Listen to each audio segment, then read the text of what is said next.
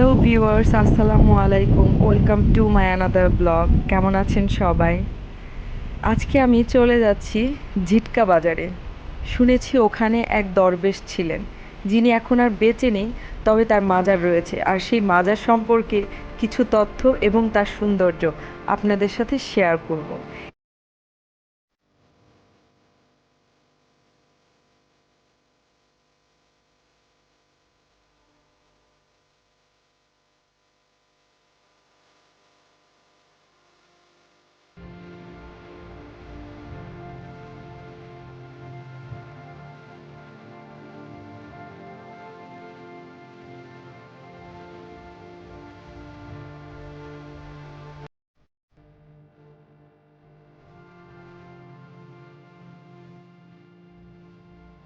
আমাদের মানিকগঞ্জের রাস্তাগুলো মোটামুটি সবই সুন্দর, কিন্তু আমার মনে হয় এই জিটকা যাওয়ার রাস্তাটা মনে হয় একটু বেশিই সুন্দর।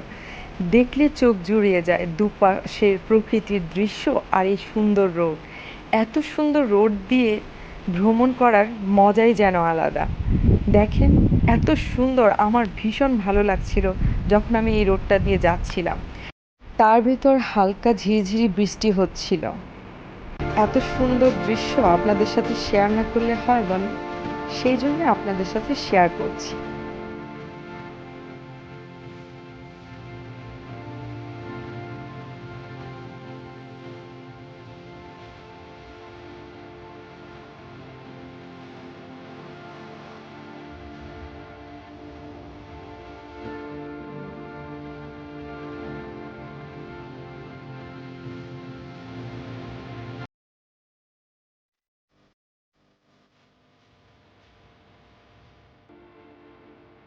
মহান আল্লাহ পাক কাউকেই সরাসরি কোনো কিছু দেন না, কোনো না কোনো মাধ্যম, কোনো না কোনো উছিলায় দিয়ে থাকেন। ঠিক সেই রকমই সৈয়দ লোকমান হাকিম দরবেশ ছিলেন হয়তোবা মানুষের মুখে শোনা কথা। তার ভেতরে শূকর ছিল, সবুর ছিল, ধৈর্য ছিল। তিনি আল্লাহ পাকের ওপর বিশ্বাস এবং ভরসা রাখতেন। তার এই মাজার শরীফের নাম দরবারে লোকমানিয়া। আজকে তারই সৌন্দর্য আপনাদের সাথে বর্ণনা করব।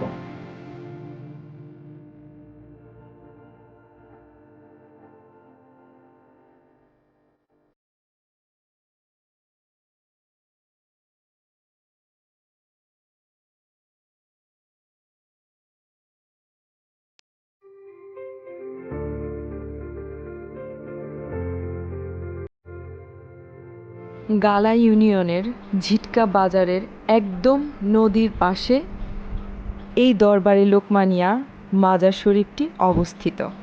শাহ সৈয়দ লোকমান হাকিম দরবেশের দুই নাতি এখনও জীবিত আছেন, সৈয়দ আক্তার হোসেন এবং সৈয়দ রইসউদ্দিন।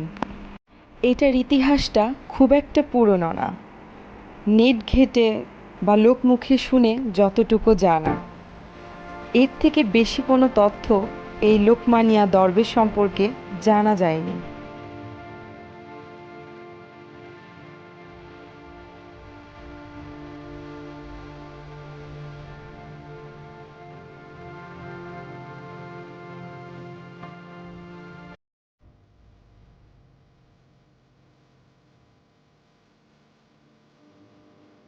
অবশেষে আমরা আমাদের গন্তব্যস্থানে পৌঁছে গেছি। সামনেই দেখা যাচ্ছে দরবারে লোকমানিয়ার মাজার শরীফ, যেখানে উনি চিরনিদ্রায় শায়িত আছেন।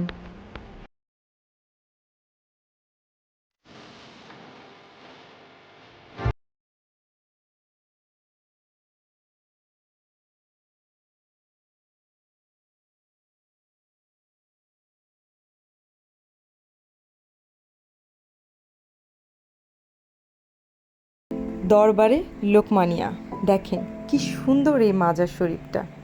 শুনেছি প্রতি বছর পবিত্র উরস মোবারক উদযাপিত হয়।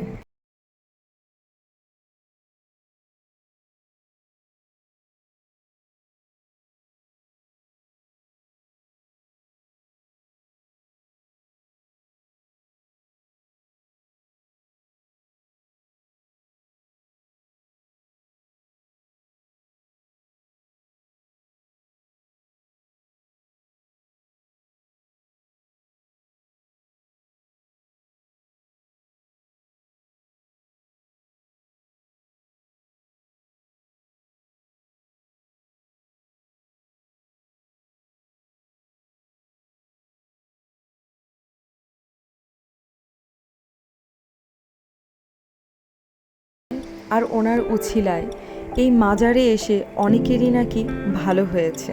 সত্য মিথ্যা মহান আল্লাহ পাকই জানে। তবুও বলছি, আমার এই ব্লগ দেখে যদি কারো বিশ্বাসে আঘাত লেগে থাকে, সেই জন্য আমি আগেই ক্ষমা চেয়ে নিচ্ছি। আমার উদ্দেশ্য ছিল দরবারের লোকমানিয়ার কিছু তথ্য এবং এর সৌন্দর্য আপনাদের মাঝে তুলে ধরা।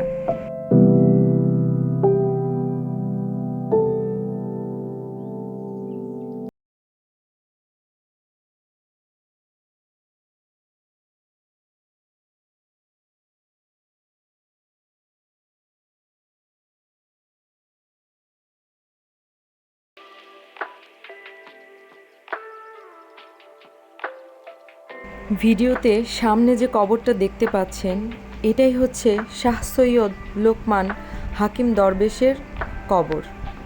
So guys, if you like my video, please like, comments and share.